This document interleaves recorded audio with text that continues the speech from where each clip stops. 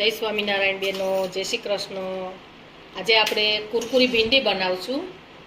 તો એના માટે મેં 250 ગ્રામ ભીંડા લીધા છે, પછી 100 ગ્રામ ચણાનો લોટ છે, 50 ગ્રામ ચોખાનો લોટ છે।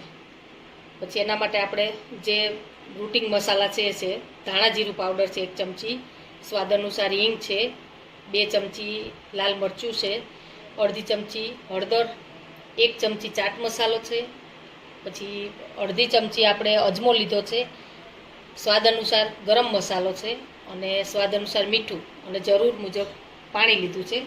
તળવા માટે તેલ છે। તો આપણે કુરકુરી ભીંડી માટેનું સ્ટાર્ટ કરીશું। સૌપ્રથમ આપણે ભીંડાને ધોઈ અને સમારી લીધા છે, એમાં આપણે 2 ચમચી ચોખાનો લોટ મિક્સ કરીશું।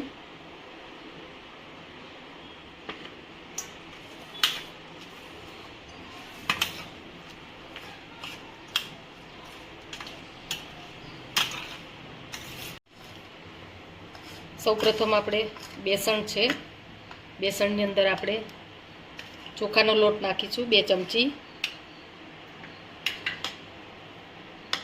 પછી આપણે 2 ચમચી લાલ મરચું પાવડર છે,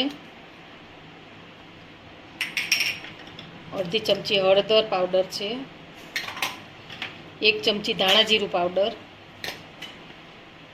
સ્વાદ પ્રમાણે આપણે મીઠું લઈશું,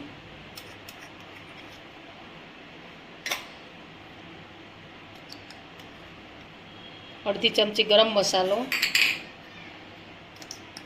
સ્વાદ અનુસાર હિંગ છે, 1 ચમચી આમચૂર પાવડર અને અડધી ચમચી આપણે અજમો લઈશું। હવે આ બધું આપણે મિક્સ કરીશું। હવે આપણે મિક્સ થઈ ગયું છે, હવે એને આપણે છે ને ભીંડાની અંદર લઈ લઈશું।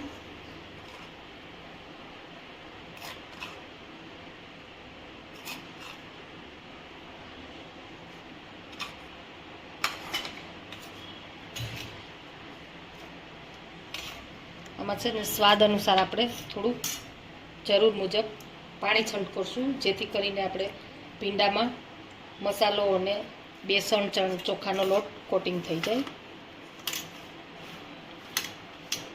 બેસણને આપણે કોટિંગ થઈ ગયું છે અને આપણે 10 મિનિટ રેસ્ટ આપીશું। આ ભીંડીને 10 મિનિટ આપણે રેસ્ટ આપ્યો હતો ને, તો હવે એને આપણે ફ્રાય કરી લઈશું।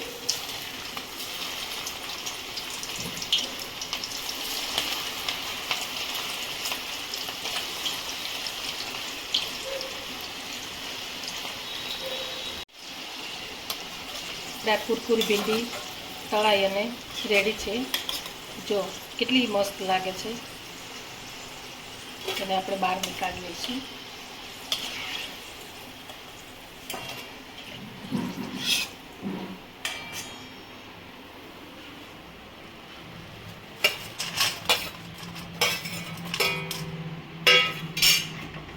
આપણી કુરકુરી ભીંડી સર્વ કરવા માટે તૈયાર છે। જો કેટલી ક્રિસ્પી બની છે,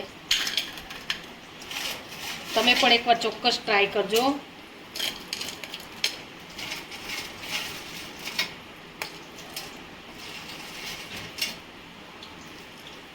તો રેડી છે આપણી ક્રિસ્પી ભીંડી।